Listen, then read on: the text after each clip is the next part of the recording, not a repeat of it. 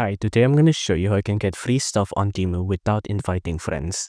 Now all you have to do is you're just going to need to scan the QR code I'm going to show on the screen right now.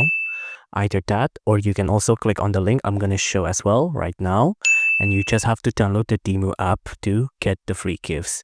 Now on the Temu app, when you first log in, you'll get into a screen like this, right?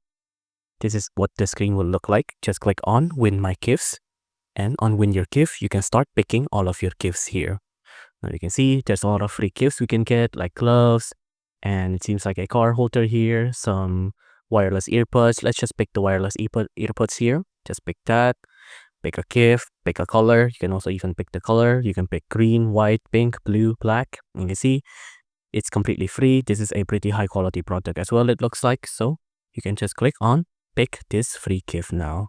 And you can see it costs $2, but for me, it gets for free. So if you enjoyed this video, please do consider liking and subscribing.